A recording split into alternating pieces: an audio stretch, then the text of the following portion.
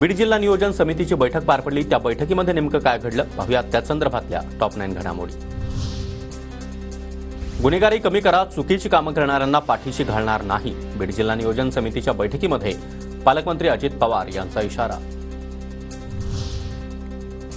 पालकमंत्री अजित पवारांनी घेतली बीड जिल्हा नियोजन समितीची बैठक। प्रत्येकानं आपल्या जबाबदाऱ्या नेटानं पार पाडाव्यात अजित पवारांच्या सूचना।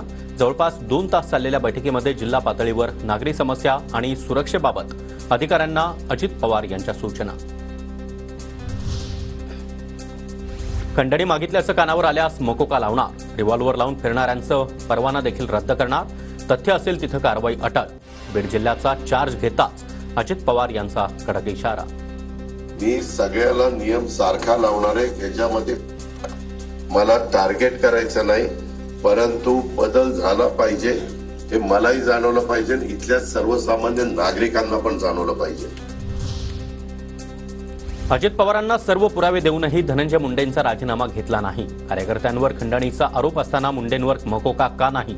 अंजली दमानिया यांचा अजित पवारांना सवाल।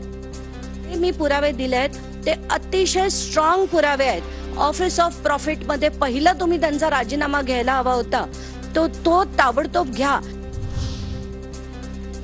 बीडमधील गुन्हेगारी संदर्भात डीपीडीसीच्या बैठकीमध्ये सांगितलं, गुन्हेगारांवर कारवाई होणार, आरोपींना फासावर लटकवणार। अजित पवारांचं आश्वासन। आमदार संदीप क्षीरसागर यांची माहिती। डीपीडीसीच्या बैठकीमध्ये सुद्धा जो बीड जिल्ह्याचा विषय पूर्ण मीडियावरती चालू आहे, त्या विषयाला धरून ते असं म्हणले की जे कोणी गुन्हेगार असतील त्याला कारवाई होणार। काम करताना जातपात पाहू नका, स्वतःची प्रतिमा जनमानसामध्ये चांगली ठेवा। मी तुमच्या जवळचा मात्र चुकीचं वागू नका, खपवून घेणार नाही। अजित पवारांचा पदाधिकाऱ्यांना सज्जड दाम।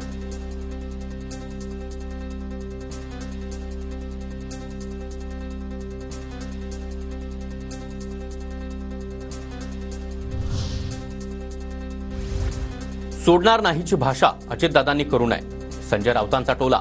अजित पवारांसह त्यांच्या अनेक नेत्यांवर भाजपकडून आरोप झाले, मग मुक्ततेसाठी भाजपमध्ये जाऊन गंगा स्नान केलं। अजित पवारांच्या मकोकावरील वक्तव्यावर राऊतांची टीका।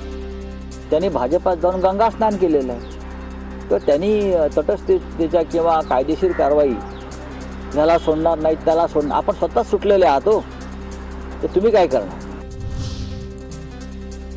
धनंजय मुंडेंविरोधातील पुराव्यांचा पेनड्राईव्ह अजितदादांच्या पीएला दिला। आमदार सुरेश धस यांचा दावा, तर धसांनी कोणताही पेनड्राईव्ह दिला नाही। धनंजय मुंडेंनी आरोप फेटाळले, त्यामुळे बैठकीमध्ये काहीसा गोंधळ झाला। मात्र अजित पवार मोठ्या आवाजातच बोलले आणि सभागृहामध्ये कमालीची शांतता पसरली।